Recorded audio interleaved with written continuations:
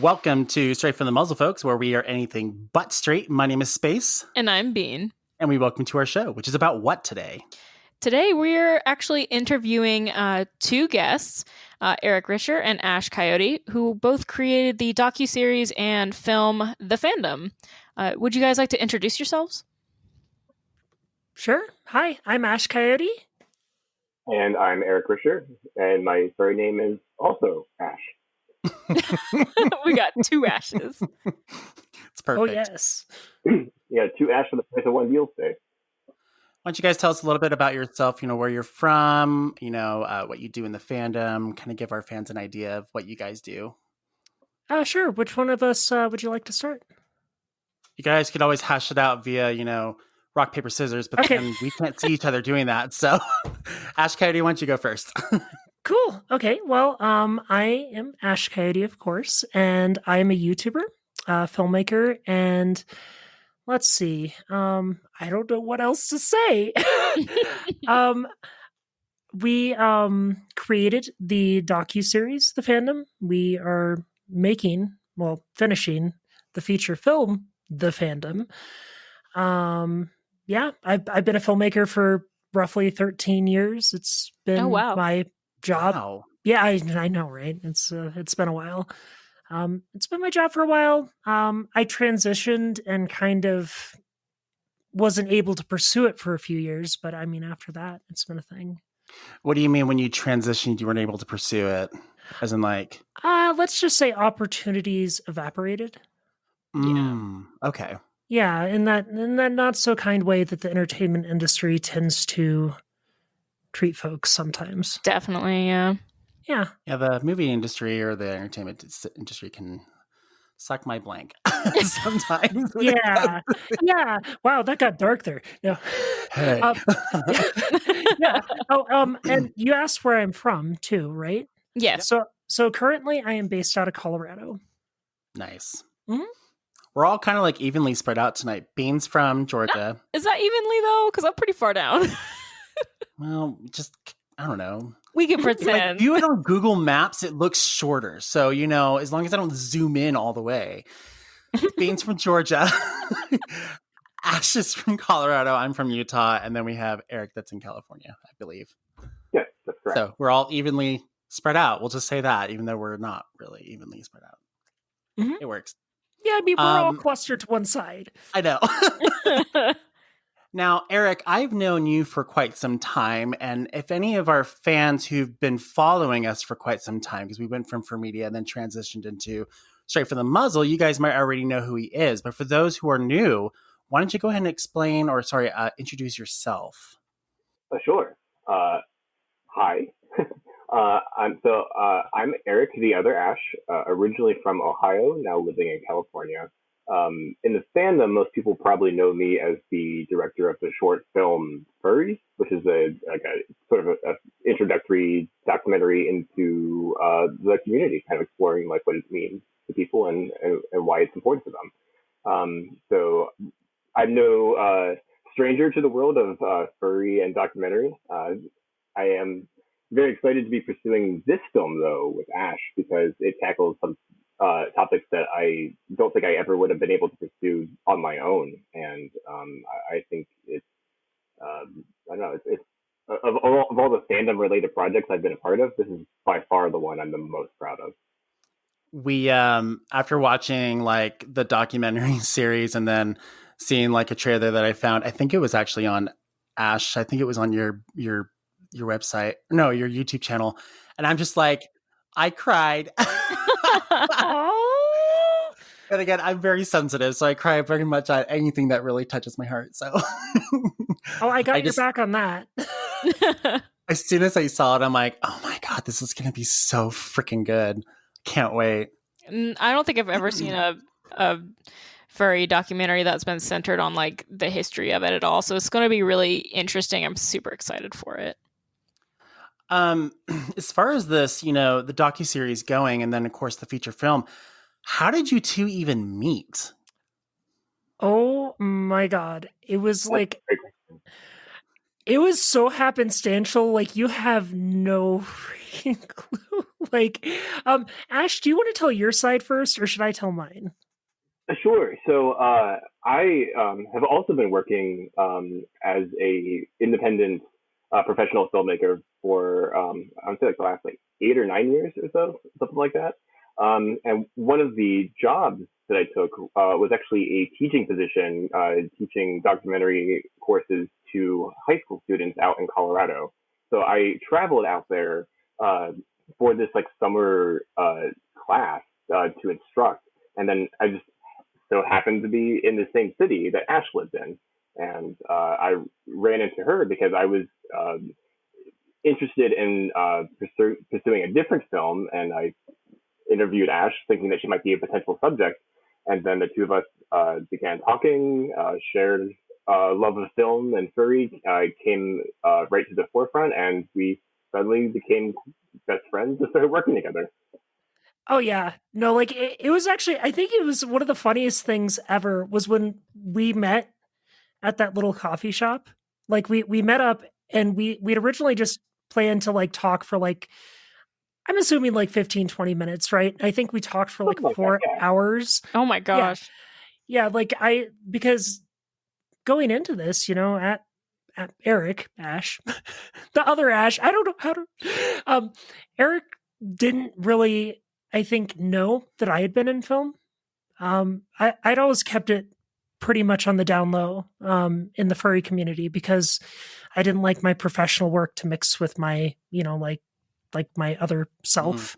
But yeah, like we talked forever and we just kind of like, we really, really, really hit it off. We liked the same films, similar directors. We had similar experiences and frustrations in the industry too. And it's weird how that all blossomed into something because we met that summer, I think, and I shot the series at MFF that year, and you were basically back out by that February, right?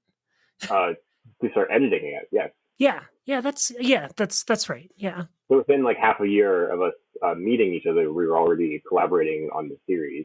Yeah. Oh wow. So did you decide to do the docuseries on the Fandom like during your first meetup? Like why did you decide to do it so quickly? I would be so intimidated. This is No, embarrassing. I don't think we had conceived of it quite then yet. Or at least you and I hadn't discussed it at that stage. You can probably come in and tell the story at this point because you approached me about the series. Yes. I'm a very spur of the moment kind of person. Sweet. Like with film, especially, like my attitude has always been if you have a camera and you have lights and you have a story, you go shoot it. Like I wasted too much of my life on film sets where people wouldn't do anything without a budget. And what's the point? Yeah, what's the point, right? Like it kind of sucks. And right about the time MFF was coming up, they released that CNN piece on furries. And I was like, okay, like this isn't bad, but we're, like we don't all have like anxiety disorders, right? Yeah. And you missed a ton. Like you missed an absolute ton. And, like I went into MFF thinking, hey, maybe I could go there and shoot something small for my channel that would just fill in all the blanks that I don't know what you'd call that television documentary missed. Was it the Lisa Ling one? Yes, I think so. Yeah. Oh my God. That was a big criticism that episode had because we had a review on our podcast of that. And it's one of the few like overall positive, like pieces of media that non-furries have made, but they did kind of set it up to seem like everybody in the furry fandom has something wrong with them and this is their way of coping. It's not that for everybody. And I feel like having some work done by furries for furries is something that we've been needing for a long time.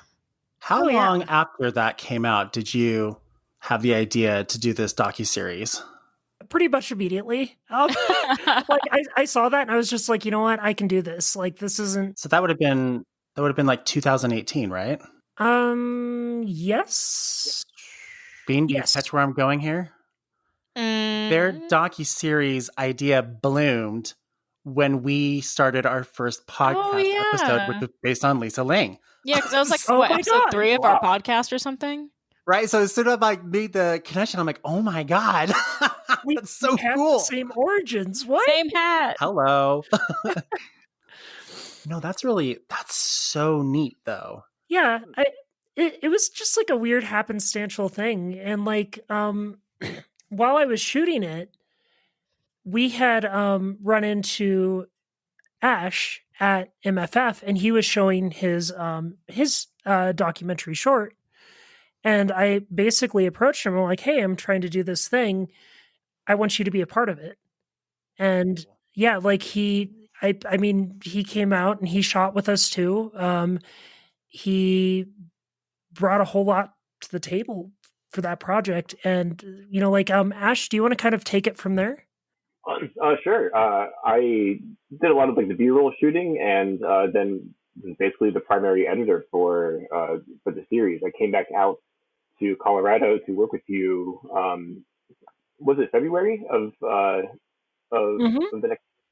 And we basically like storyboarded what we wanted for the scope of the series, planned out each episode, and then just really got to work on it. And I don't know, it was a really like rapid project, and it was just a ton of fun. It was a really great environment because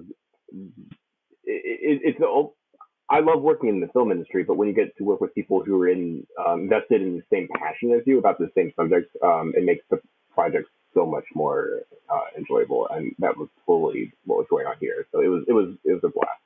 For those who may not know, like myself, what does B-roll filming mean? So Ash was filming all of the primary visuals, which is the interview material. It's basically like the crux of what you build a documentary with in many cases. So I was filming the material to intercut with the primary visuals or content. So basically like the cutaways. Okay, so it's like secondary filming almost then. Yeah, so when you're seeing conventions, a lot of that's fine. That's cool. Yeah, that makes sense. So what I was wondering, when I started watching, I started watching the documentary series at work. It was just a way for me to tune out because we're in a hospital and it's just already sad as it is with this virus. So I had something to tune out with. And as soon as the 7th episode ended, and I'm like, wait, no, that's it. And I was really bummed. And so I was wondering, did you guys have more episodes planned that you didn't put in the series, or was it just 7 straight up? Oh, this is an interesting thing. Ash, let me ask you to tell them how many hours we had of footage that we edited for the series. Oh, for the series, I'm gonna say we had at least a good 20 hours. Oh no, it was like 10, I think. 10 hours of footage. Well, there was, but I know we had a bunch of interviews. We had all the B-roll footage, and then in many cases, people we talked to provided some of their own content. Like we had an episode on YouTubers, so we ended up going through a lot of their own channels and incorporating some of their material. So it's hard to get a grasp on exactly how much we looked at, but it was many hours. I got 10 hours to these like 10-minute increment episodes. That's insane. Yeah, that's a lot of editing and picking through. Damn. That's a lot. So this is what Ash is good at. Like, this is what Ash is incredible at. And one of the most like unsung elements of any sort of documentary production. You're faced with like these overwhelming numbers. I mean, like for the feature film, I think we're sitting somewhere near 20 terabytes, which is like countless hours. I mean, each one of the interviews we did on this thing was at least 2 hours, and we have like 40. Like, max out my computer. Yeah. How long is the documentary going to be? Do you estimate? Well, we're releasing it on like 36 DVDs and like God. Director's cut. Anthology series, yes. But, no, I think it's going to be a typical documentary feature length, so about an hour and a half. Okay. Okay, it's about 90 minutes. But to get to that, I'm going to say we filmed, oh God, I don't know, like at least 100 hours of our own material, if not 40 more that was acquired from like old tapes and things. I ran the numbers at one point, and I think I calculated that we're using less than 1% of our footage. Gee. That sounds about right. Yeah. God, that's the total runtime, which is pretty typical for documentary. Then that ratio is a little bit different with like a narrative film where you actually have the script and you know precisely what you want to get, and when you get it, you can move on. And with documentary, you have an idea of what ideas you need to hit in order to tell the complete history story. But oftentimes you're discovering things along the way, or like surprises come up, or challenges arise, and so you constantly absorbing all this new information, and then you have to make those tough choices later about like which ones can you keep, and because you only have so much time in a film or in a series. That's a lot of hours of footage. I mean, if you think about it, like, so you have your docuseries, it's like what, 10 hours split into like 7 to 13 like increment time, and then you look at, you know, how well that series is, and then you take 100 hours into this movie that's going to be about like 90-ish minutes long. I mean, that's insane. That's a lot of content. It is. And to answer your question, there will be a season 2 as well. Yes. Yes. Yeah. So that's in the works. Yeah, we're Ash is going to be working with us this summer to help get that cut down. Yeah, the joys of production. I'm so excited for that. Yeah. Well, I mean, to go back to the original question about why 7 episodes, I mean, that's what we ultimately decided on for our first season based upon the content that we had acquired at MFF, and that span of, you know, just a couple of days that we were shooting. But now we have like a much larger scope of material to work with, some of which didn't make it into the final film, so we can actually explore new topics that we didn't get to before. And that's, I think, the benefit of having a series is that it allows us to take these incremental looks at very specific parts of the community that we don't necessarily have the time for in a larger feature film where we're telling a more like specific story. Oh yeah. So in theory, we should be able to keep working and exploring the fandom in all different kinds of ways, because there's so many different ways to come out to this community and explore what people are doing here. I've already got chills.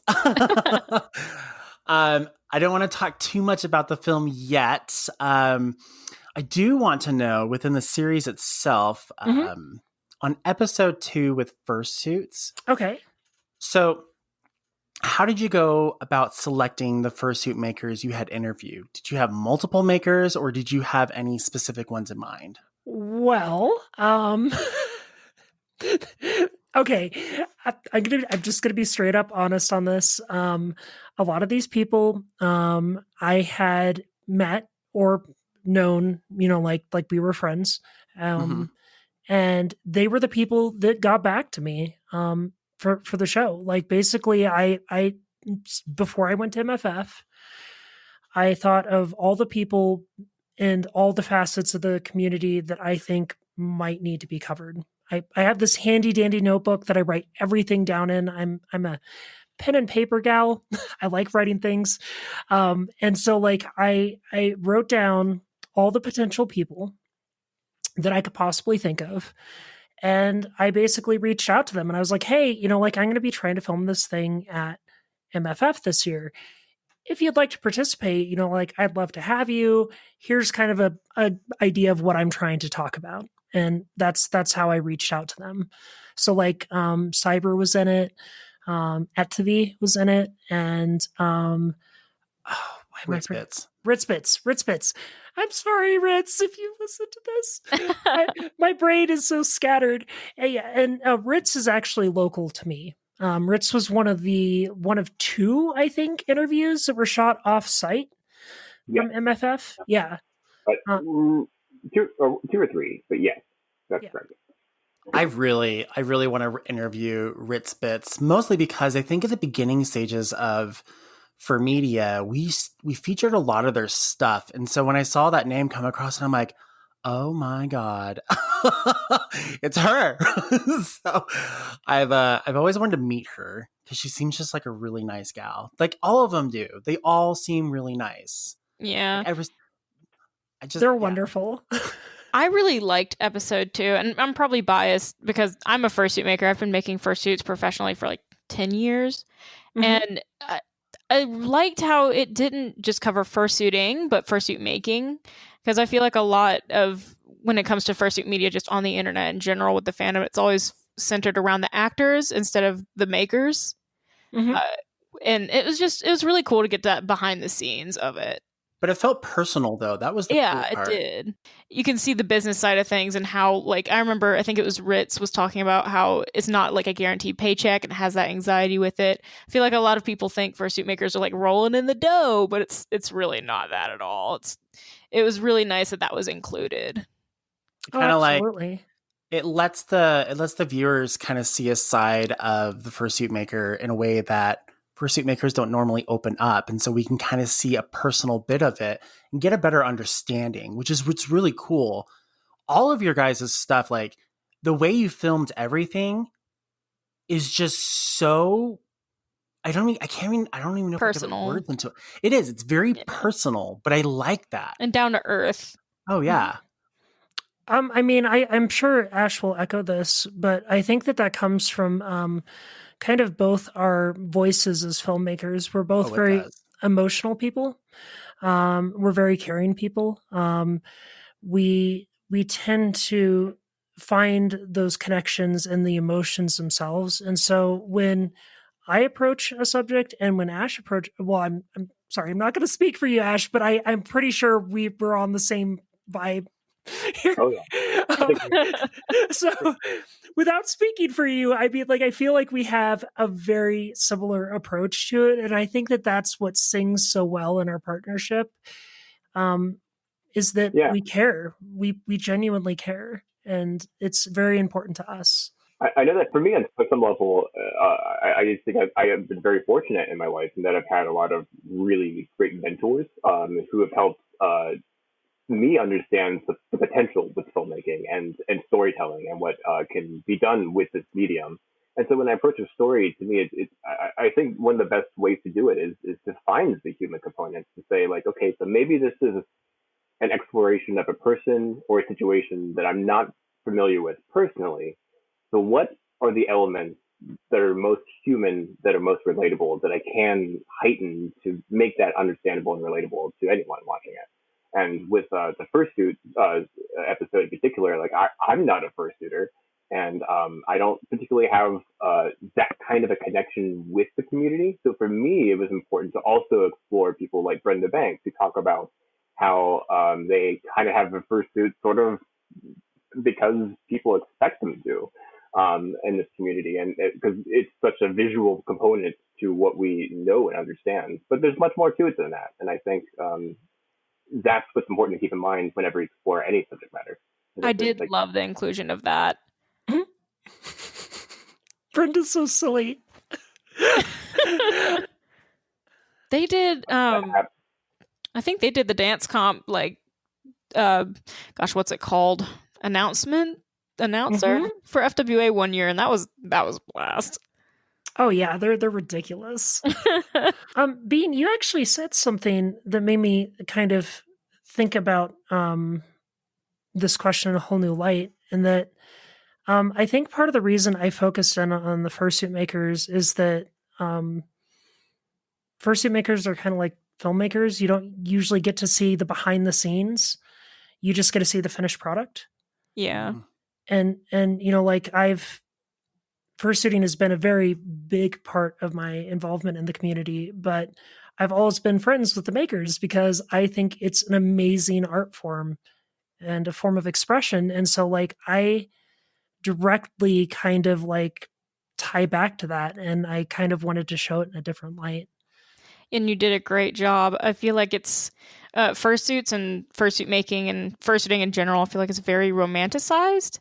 And I think like romanticizing things is a big part of the fandom in general. Everybody likes to see like this, you know, this artistic picture, like this is what I want to be. But there's also, you know, everybody here is human and flawed, and fursuit making isn't as romantic as some people would like to make it. There's a lot of blood, sweat, and tears into it, and the way you filmed it and the way the fursuit makers talked about it, it just felt very real. It wasn't just like, yeah, I make fursuits and it's a beautiful thing. It's like, it was, some of them were like, yeah, and it's a hard thing too. So it was really nice. I've always enjoyed like interviewing people to kind of know their story, because that's what really like grasps my attention, is knowing them. And it's kind of nice to like it was just kind of nice to see them open up in a way that people probably didn't expect a fursuit maker to open up. It's like maybe people are intimidated because they're so successful, but there's also like you said, Ash, there's human components, but there's human components to everyone. And it's kind of nice to see those walls broken down so that we can see the fursuit makers and the people who they are. And I think people forget that. I think they forget that, you know, they are just a person and they are working as hard as they can to make their business as best as they can. And I think people just generally forget that. So it's nice to kind of see it like at its raw kind of like point, which is really neat. Something Cyber said really hit me hard. It was she mentioned how sometimes you'll work so hard, you'll slave over a sewing machine for this costume and you ship it out and you're excited for the person to wear it and then it disappears. And that can happen. That happens so often. And I never have seen fursuit makers talk about that before, even though it's such a common thing that happens.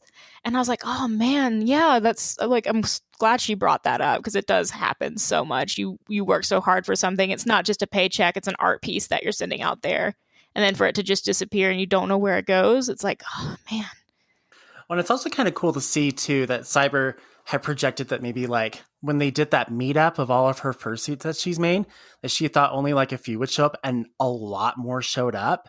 Mm-hmm. It's really neat to see them get overwhelmingly excited for that, because you kind of shows you what their thoughts are going outwards as opposed to what we think they are. So I think that's really cool. I would love to be in there for that.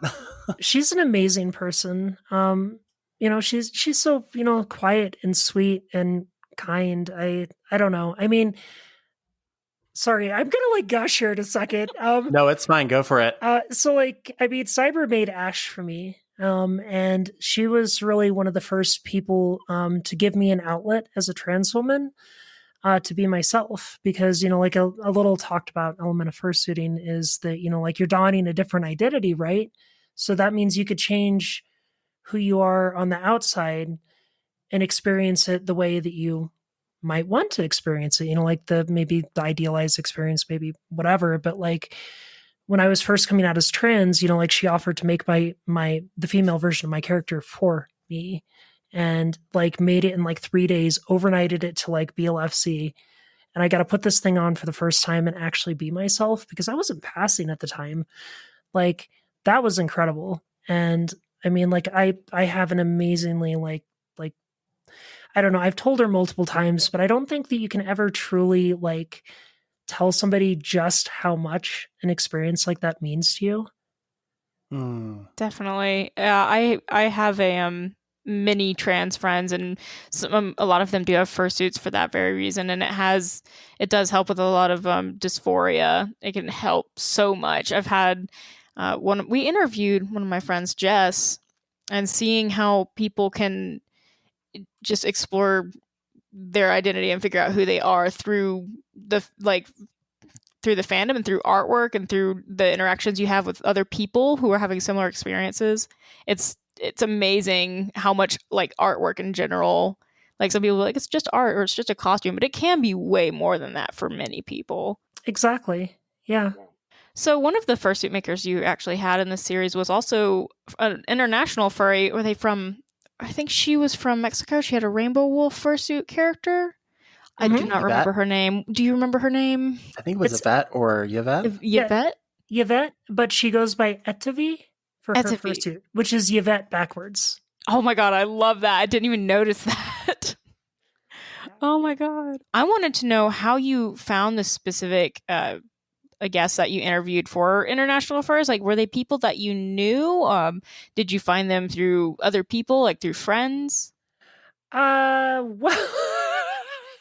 Yeah, Yeah, so I think every one of these answers is going to be this. I'm so sorry. Okay.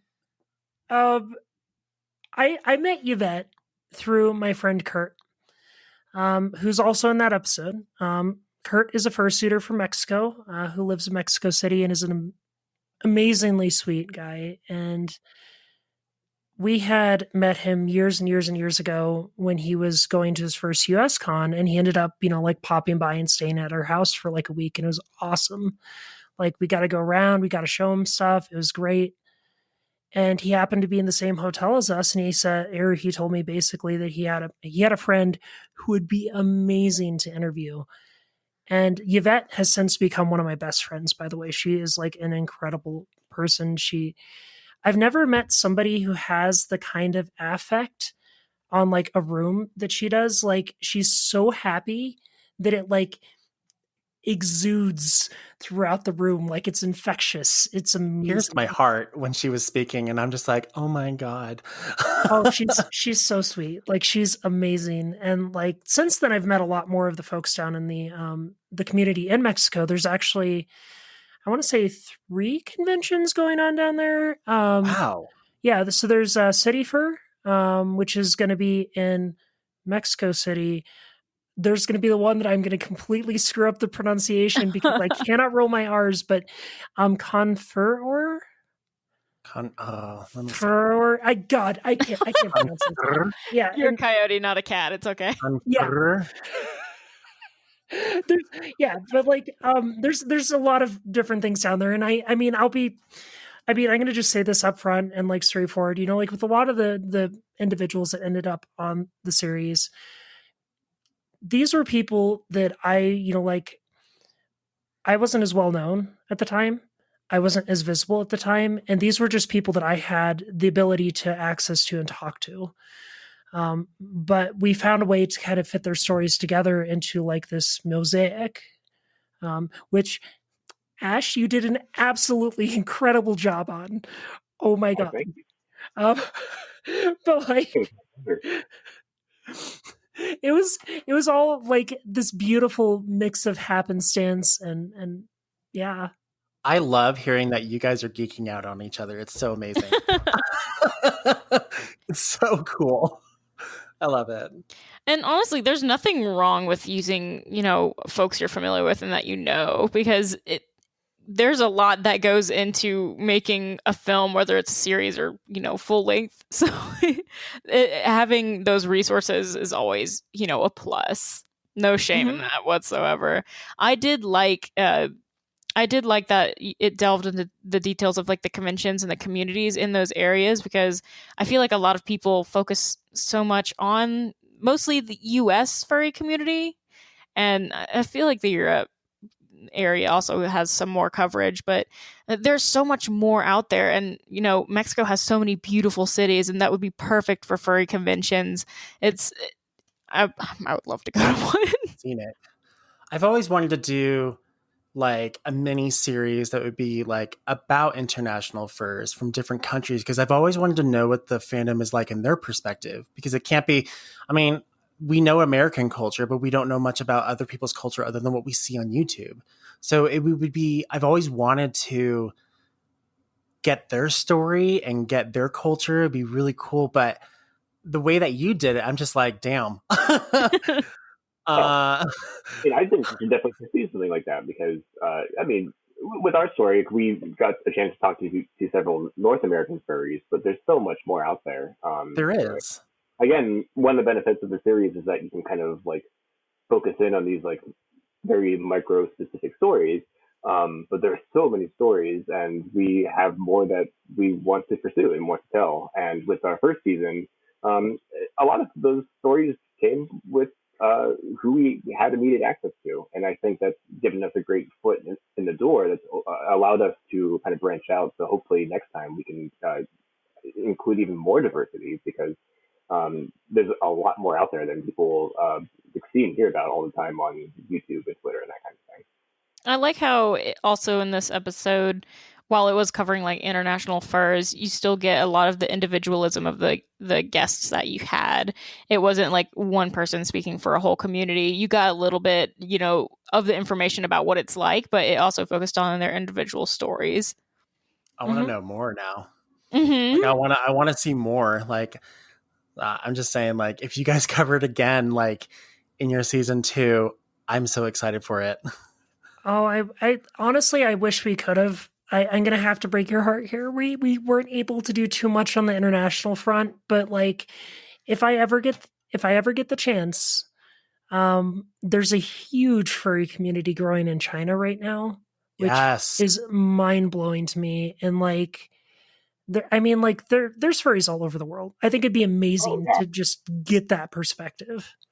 Just go to that episode and check the comment section. I think you noticed that there was actually like a big like support from people all over the place coming out and saying like, wow, like this is a great story. Like I'm over here, and someone would respond to that saying, oh, well, I'm from this country, and then you see that there's so many people out there.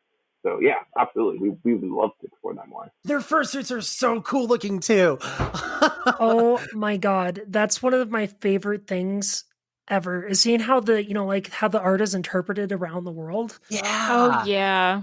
That is so neat looking. Oh yes. Oh my god, yes. Like I could gush about, like everything from the fursuits to the style of art, like how that changes from each region is incredible in this community.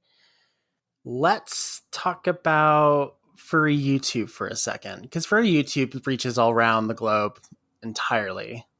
In the episode, it was mentioned that furry YouTube is a big part of helping the fandom grow. Can you expand upon that a bit more? Oh, yes. So I believe, was that Majira that said that? I think so, yes. It was, yeah. Yeah. Always wanted to meet him. Yeah, he's an interesting guy. What I think that he meant by that, and I think a lot of like kind of like our thesis kind of for that episode, is that the reach has expanded beyond what it used to be. Think about how you might have stumbled upon the fandom, like when you first found it. It was certainly a smaller, lesser known thing. It was. Oh yeah. And I had no YouTube, idea. yeah, like YouTube pretty much bridged the gap. Not just YouTube, but other social media platforms, Twitter, for example, where you're putting this idea, this concept in front of people that might not necessarily find it in everyday life, and now they're exposed to it. And by proxy, people, when they're exposed to something, sometimes somebody finds out that they might like that thing. And, I think that to that end, for YouTube and other platforms have really helped to kind of usher in a lot more of a diverse group to the community that we wouldn't have seen otherwise. It is very interesting to see how furry YouTube has evolved, because I know I myself, when I was younger, I discovered fursuit specifically over on YouTube, and that was before. Like when you think of furry YouTube now, you think of like skits and story time videos and things like that. But back in the early 2000s, it was nothing like that. It was mostly short clips of fursuit makers showing off their work and little kids trying to teach you how to make a fursuit out of cardboard. Like that was for YouTube back then. It was definitely not like, the high quality entertainment that you have now. And I think with, you said bridging the gap, YouTube isn't an exclusively furry website. Back when the fandom started, it seemed to be mostly on forums where people who are already interested in that would just automatically go. But there are people who are furries and who are not furries on YouTube, and same with TikTok. So the algorithm could just randomly be like, here, random person, here's a furry video, you might like it. And then if that person likes it, bam, they're a furry. So like, I think, it has a domino effect in trying to get more people interested in something if they already show some interest, with the algorithm working how it should anyway. Exactly. Yeah. Creepy mouth breathing. Oh no. Oh. I did that just for you. I remember one time I was waiting on the Zencaster link for Space to get on, and I was like, I'm gonna just fuck him up for a second. I just put my mic, like, I have a little headset, and I just put the little foam bit in my mouth, and he like logged on, and I was like, and he was like, ew, what is that? It's ASMR. We were thinking about doing an like a whisper episode to make fun of Asmer. I so badly want to do it because Yeah. there's so many things we can do with that. So identity is a pretty important part of the fandom. I feel like it's heavily based off of it. I don't know if it started that way, but it definitely is now. What do you think? Why do you think the fandom is such a positive space to explore ideas of self-expression and identity as a whole? Well, the fandom's always been a big place of creation. I think it's partly about being like in awe at like what others have done, but it's also about what you bring to the table yourself. And for me, coming into this fandom, one of the things that made me feel really included was the sense that I could create a character that's based upon me, put it out there, and then people will respond to that. And that was really special, I think, when I was still kind of like young and figuring out myself in a lot of ways. So I got to kind of experiment and kind of like put myself out there, particularly on the internet, because you didn't have that immediate like face to face. Like it was easier in a way, but it also helped me kind of evolve and meet new people that I wouldn't have met before and learn about new, like lived experiences that I wouldn't have had any knowledge of. And that helped. That was very formative for me. And I think when I look at the community, I want to be able to reflect those experiences that we don't get to see and hear about very often, because to me, the diversity of the community is the community. It's like how with the furry community, since it's very artist centric, we're not necessarily consuming media that was made by a corporation or anything like that. It gives people a chance to see more perspectives. If you're being fans of other people's, characters, and that's a part of their identity, then you get to learn more about different people, even if it's through an indirect character. And I think through that, learning about other people can help you. It's like windows and mirrors. In literature, at least, windows is like when you're reading something or you're perceiving art, you can see an outside perspective, see how somebody else is living. And with mirrors, you're seeing yourself, you're seeing experiences you've gone through and other people who've also gone through them. And you can apply that to your own, set of emotions about yourself and about others in general. I think the furry community really gives more windows and mirrors in people's lives that compared to people who might not have that kind of tool to use. Mm-hmm. Exactly. Well, I think it gives you permission to open up and explore yourself and talk about yourself. It gives you this platform to do so. I feel like so many people are too scared to talk about themselves outside of that context. Absolutely. Like it would feel selfish too. I mean, or maybe they may not know that they can. Yeah. Speaking of identity, one thing that we kind of noticed in the episode after that, which was about Christianity. Oh my God, I can't say it. Religion. We're just going to say religion. Yeah, Christianity. That's what I meant. Was there a particular reason why religion had its own episode instead of being included in the identity episode? Because one could consider religion to be an identity. Yes, and this is another weird story. I love weird stories. Okay, so I was in a chat room, and one of my friends had said that he was Christian, which I mean, I could care less. I don't believe in anything, for the record. I, born and bred atheist. Don't care. I believe in something, but I don't know what it is. That's good. That's good. I mean, it's okay to believe in something, and I think that that's fine too. And that's kind of where I started to see this, and I saw that he was getting bullied. I mean, he's obviously a supporter of LGBT individuals, and he was just trying to say that, he was actually trying to offer his support and say that, not all religious people are bad, was basically what he was trying to say. And I ended up having a really great conversation with him about that, because I thought that, people were treating him unfairly. And ironically enough, how folks tend to treat us. And some of why I wanted to cover some aspects of religion in the community was to kind of just like bridge that subject of like, you know, we all come from different places, but we kind of come together to celebrate one thing. Like we, it's okay to be a diverse community. I mean, heck, like kind of going back to identity, like art opens your eyes to the world. Like to be an artist is to be open-minded, hopefully. Yeah. Explore, like these different things. And, like so each person kind of takes their own path to that exploration. And, like sometimes people find a religion and that's their thing. Kudos to them. I'm a firm believer that, like so long as you're not harming people, and not doing anything that's against the law, like if something truly makes you happy and you're fulfilled doing it, that's okay. Definitely. Yeah. Why do you think the general, I guess, culture of the furry fandom makes it such a easy space to explore identity as a whole, whether it's through like religion or sexuality or gender, anything like that? There has to be some general, I guess, vibe.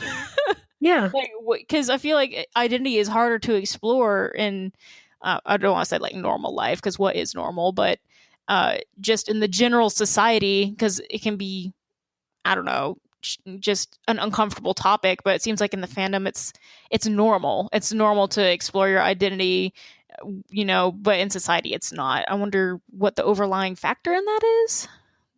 I think that the fandom breaks down those barriers for us. I mean, Ash mentioned something very similar to that, in that, like a community like ours, which is kind of founded on the ideals of openness and exploration, tends to help facilitate that. And I mean, obviously, it have kind of like having risen up with the internet. I mean, the internet, you could be anybody you want, like the veil of anonymity, right? Like that's the idea that behind this computer screen, like nobody knows who you are.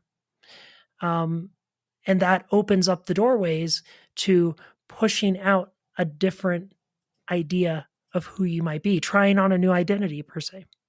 So particularly when that identity may be something that you don't feel safe portraying in your day-to-day life, maybe because of the environment that you grew up in or other factors that are at play. Yeah. Oh yeah. LGBT, right? Yeah. Like kind of going back to what you were saying about windows and mirrors, like one of the reasons that I resonate with the furry fandom as opposed to like the anime community, like when I go to an anime con, I see people in costumes and they're magnificent, they're beautiful, but I don't necessarily know all the references, so it's harder for me to connect to that person other than to go up and start that conversation about like, okay, so like how does this character fit into the canon of the story or whatever. But at a furry convention, if I don't recognize that character, it's because I don't know you yet. And there's sort of like a built-in like I was saying before, like a permission to kind of ask, who are you, and like why did you choose that character, and what does it mean to you? And they get to ask that question to you as well, and you're given like this like opportunity to unfold information about yourself. And I think that's why identity becomes a huge factor, because the stories that we tell each other about the community are ultimately founded with who we are as people. Never really looked at it that way. That's really interesting. I mean, that's fair. It's a different experience for everybody too. Like that's the cool thing about the fandom. Absolutely. But whatever, like I might make of it is different than what you might make of it, which is different than what everybody else might make of it. That's true. Someone could define themselves as a furry and never go to a convention, and to them, it's not really about the social component at all. So, there's so many different ways that it can manifest in people's lives, and I think that's what makes it fascinating. It almost defies definition in a way, and that makes it complicated to explain to people, but also really interesting. Yeah, and actually, Ash and I, when we were, like working out and hashing out the film, I mean, we bumped into this a lot, like where we actually had to kind of sit back and like look at our own individual definitions of what the community is versus like having to approach it from a perspective that, well, like in some ways, like my perspective might be different than Ash's perspective, which might be different than Chip's perspective. Chip is my husband. He helped produce the film. And all those kind of mixed together, and we would kind of have like these discussions where we'd kind of try and condense it down and like bring it into this thing where it kind of hit on the universal notes, right? And still gave that individualistic flair. It's really interesting. Like right now in my mind, I'm picturing these two worlds that we live in.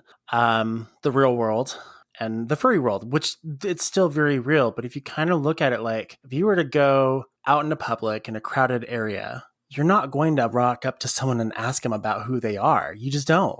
It's not, it's just kind of like, you just don't do that. But if you flip that and you picture yourself now in the community or at a convention, nothing's stopping you to go up and talk to someone.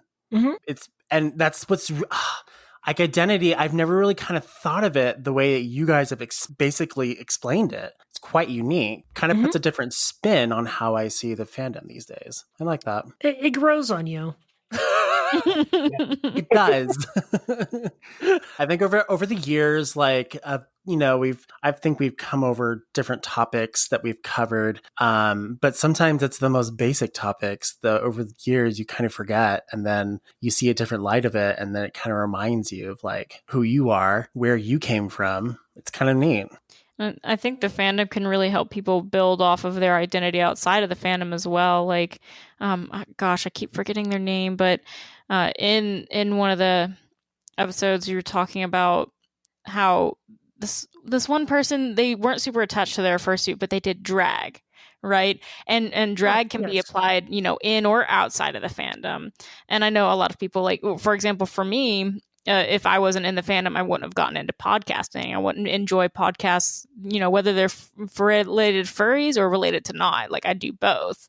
And I've seen people get into like writing, starting from writing furry things and then writing outside of that.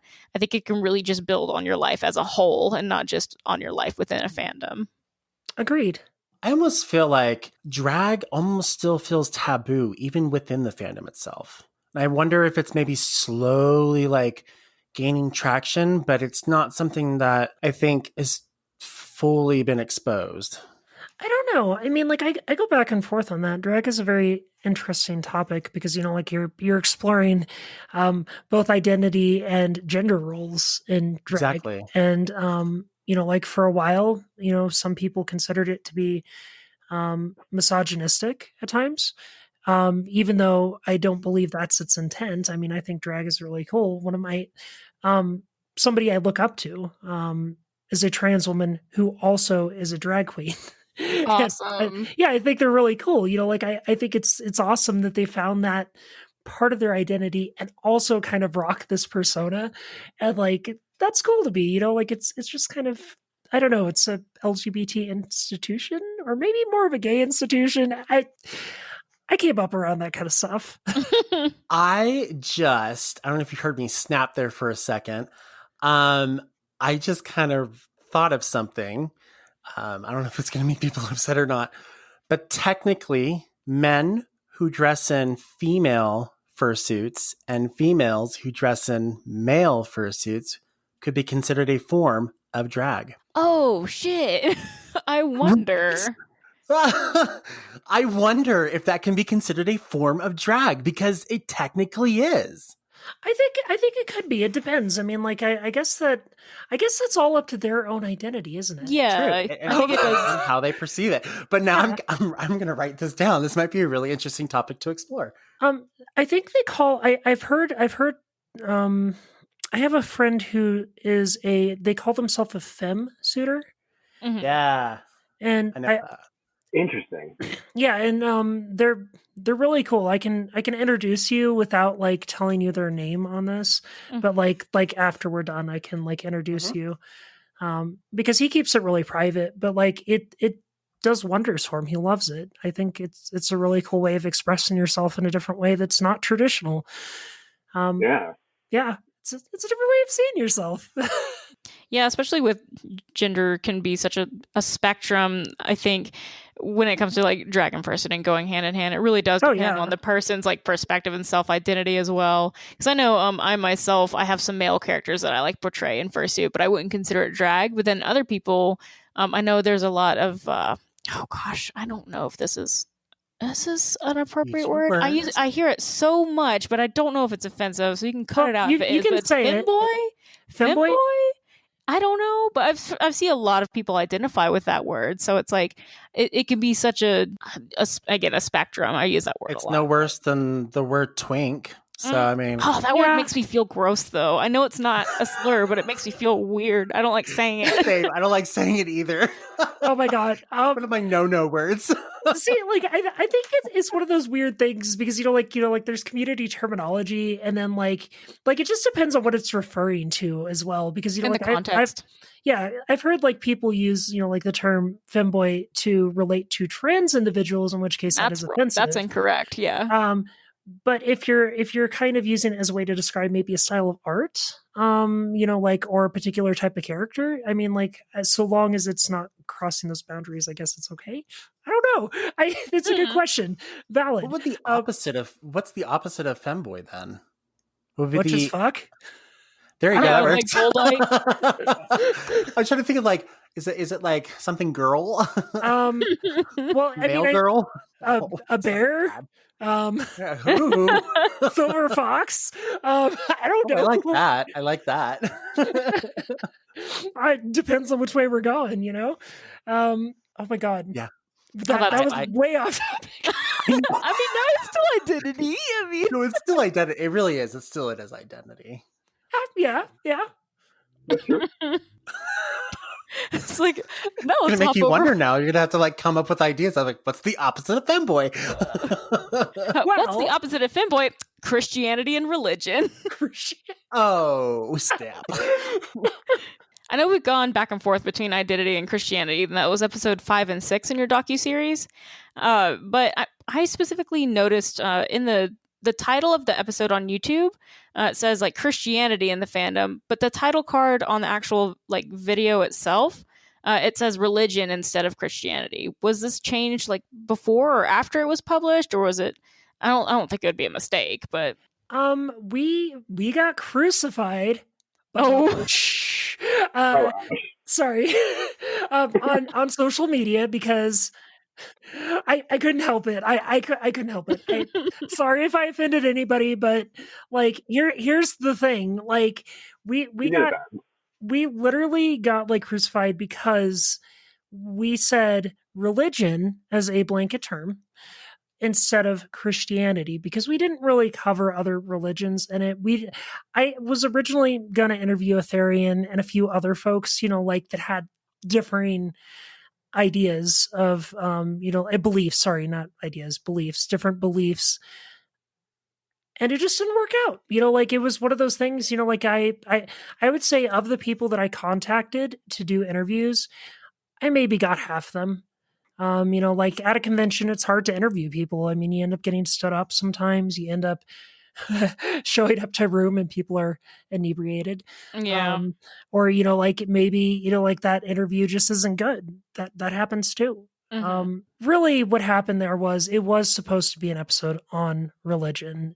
It ended up being an episode on Christianity. And through my own mistakes and kind of not really thinking so much about the title because I was trying to go broad. I mean, like the way YouTube works, it's just like they want you to throw out a shotgun blast. They don't want like this like intimately specific idea per se for a title. And like I didn't even think anything of it. And I got some backlash and I went ahead and I changed it. I apologize. And that was that. I feel like it was a little too harsh for people to take it to heart, I guess. Because it's not like you excluded it on purpose and it didn't come off as that at all. I feel like a gentle correction would have been fine. Like, hey, I feel like you could have covered this more. But if people were just being nasty about it, I feel like that's totally out of, they should have been that harsh. Well, I guess the silver lining to that is that it tells you that people want to be included and they want their stories to be out there. So, if anything, it's helpful for us to see like what else we can explore as we go forward. Because it's obviously something that yeah, we probably could have labeled it differently, and we hope that it doesn't dissuade people from watching that particular episode when they understand like the context of what people are actually talking about. But yeah, there's so much more out to explore, and we want to do that. So it was obviously not intentional to exclude anyone. That's very true. It can lead to more positive things, of course. I mean, I think it was bold. I don't know of many people that would actually do that. The fact that you created like an episode that does have religion in it, like both Bean and I were like, that was a really weird thing. Like we've never seen that before because it's such a taboo like subject. And I think it's so controversial, and I think it's great that you guys even went for that. It's interesting when I think about like talking about religion in the furry space and how in the general population being non-religious, or at least in my area, I live in the Bible Belt, so being not a Christian is what's controversial. But then in the fandom, being religious, it's the opposite. That's what's controversial. And I think it really is the fandom is such a LGBT positive space, and so many people have been hurt by religion in general that that's how it ended up flopping that way, and it just makes people so defensive when it comes to religion being spoke up in a place that makes them feel safe. But in reality, it's important for people to speak up about it because it would help them heal, to have a positive relationship with people who are religious that aren't hurting them. Right. I mean, like that was a lot of my intent behind it was, like I want people to see people as people. Like, yeah, it doesn't have to be like this huge divide. Like we can still come together and like celebrate what we love. I agree, and I think it was really great that y'all made an episode. It was something I didn't expect, but I'm glad that it was created and was put out there because I think it does give an opportunity for that healing to happen and that perspective to be seen. Your last episode, which is about the future, is really ironic, being where we are right now. It was almost about a year from that episode being published that we are now dealing with an epidemic that's literally changed everything that we see and do about culture and organizations in life. Sorry, that sounded weird. Organizations is what I meant to say. So what I want to know is how do you think, like knowing what you recorded then and published, how do you think this will affect the future of the furry fandom? That's tough. It's changed everything. Like conventions are stopping and everyone's wondering like, what's the future? Because literally in that episode, it says the furry fandom's never going to die. But here we are in this situation where furries have died and everything doesn't seem like it's going to be the same ever again. I mean, this is a tough one. This is a hard question. This is the one of the ones I was kind of dreading, honestly, because when Ash and I have had a lot of conversations about this very question since long before like we came on for the podcast here, right? Because it's affected our film. It's affected virtually everything that we worked hard on this past year and change, and it's been tough. I mean, like you look at a community that's so intimately tied to social spaces, and we're having to change the way that exists. Anthrocon, like one of the biggest conventions in the US, had to cancel and close. Not permanently, I might add, but they're not really. It's not going on this year. And I mean, I think it'd be foolish to assume that that's not going to have an impact on the fandom.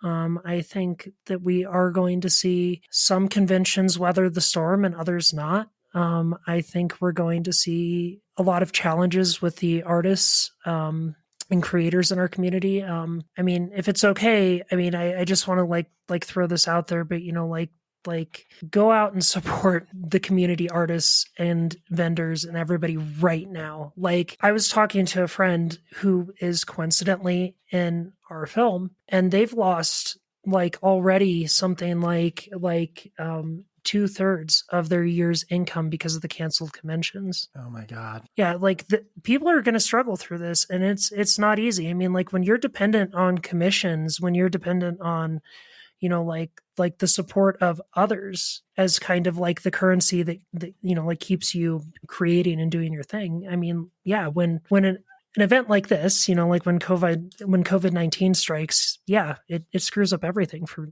everybody, ourselves included. Yeah. Indeed. Ash and I have had some very tearful conversations. I've definitely had a lot of struggles personally dealing with this because this was my first film getting back into the film industry, and it's on a subject that I find to be incredibly near and dear to my heart. And so, like, kind of trying to cope with this has been hard. Yeah. And I don't want people to think that like this is like the last question of the episode. It's not. It's more or less to kind of get an idea of what they would do in the future. We get that coronavirus has literally affected everyone, and it's changing everything. But that doesn't mean it's changed for the worse. There are some negative changes, but I think it's good for the future. It kind of makes us recreate. We have to get creative in a way that keeps us going. Bean and I have decided that we're just going to continue pumping out good episodes, good content, things that uplift. And it's going to be the coronavirus season. We don't know how long it's going to go, but we'll continue to make it until a new normal arises. So if that's like a year, that's an insane amount of episodes, but Yeah. it's what I feel is necessary. I think as podcasters, as you guys are filmmakers, as YouTubers, it's almost like it's our turn to shine. And it's our duty to make sure that we can somehow like bring upliftment. That's a word I'm making up now. Upliftment? Upliftment is what I meant to say. Upliftment to the fandom. Because there's a lot of people that are stuck at home. And so I think it's like almost our job now at this point. Not we don't have to, but I think we should want to just be there for those who just don't really know what to do. And I think that's with a lot of artists right now. Like that, it's really showing how versatile artists can be, and how people who support those artists can be, and what everybody's doing to try and help keep each other afloat, not just financially but emotionally. Mm-hmm. Actually, I have something to add to this as well, kind of off of what you were saying, Space, and then I will give the floor to Ash because I rambled too much. I'm so sorry. So something that we debated a lot coming up to this was how we were going to release the film, and like the future season and everything, and like where we were going to do that, and like originally we were hoping to do film festivals and all that stuff. And of course that world has changed. But I think that we both came to the decision, and rightfully so, to actually make it available to folks online for free via streaming, and accessible for everybody because the community needs it right now. I mean, like I think we need like a rallying point, a place to gather.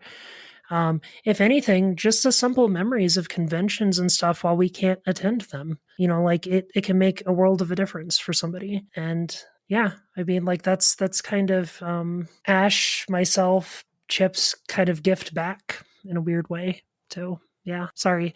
Ash, you can start talking now. Sure. I mean, the fandom has done so much for us. I think it was Dean who was discussing earlier how the fandom can help kind of help you in your individual personal lives and professional lives with your specialties, whatever that may be. And for me as a filmmaker, it's given me like an opportunity to kind of practice and experiment and to learn and grow in that field. By doing a bunch of different things over the years. And in many ways, this feature, is kind of like a culmination of all of the different skills and tools that I've acquired as a filmmaker, but also as a furry over the years, because it's my access and my knowledge to this community that's allowed us, in part to tell the story in the first place. I mean, I certainly couldn't have done this alone.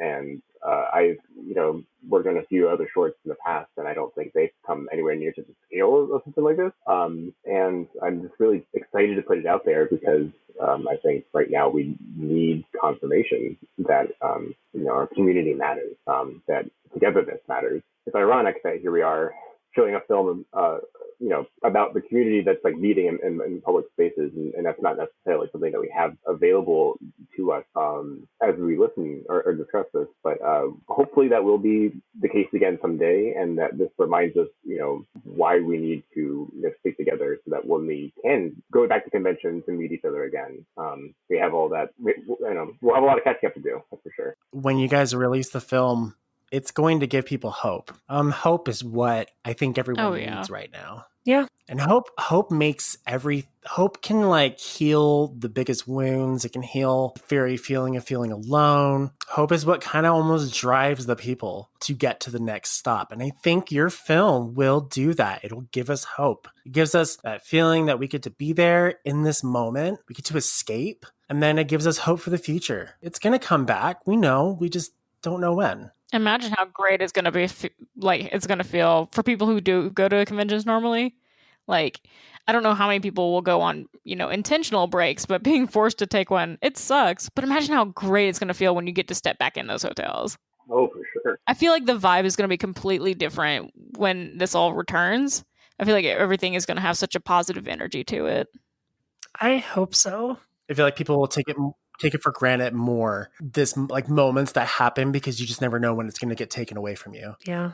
I don't want to end this on coronavirus. I did notice that you did dedicate the series to, I believe, 2 people, right? Wait, to Dog Bomb and all our furry friends that we had lost over the years. That was because that was another like weird like emotional like thing. I had actually talked back and forth with Dog Bomb prior to his passing. And at one point, like we were out in California and, while he was still around, and I'd asked if we could drop in and, like if we could actually, like capture anything with him, and he declined for good reasons. I mean, like it was just his own, like personal choice. And like, right. I mean, I think that his experience and, like others' experiences in the fandom need to be remembered.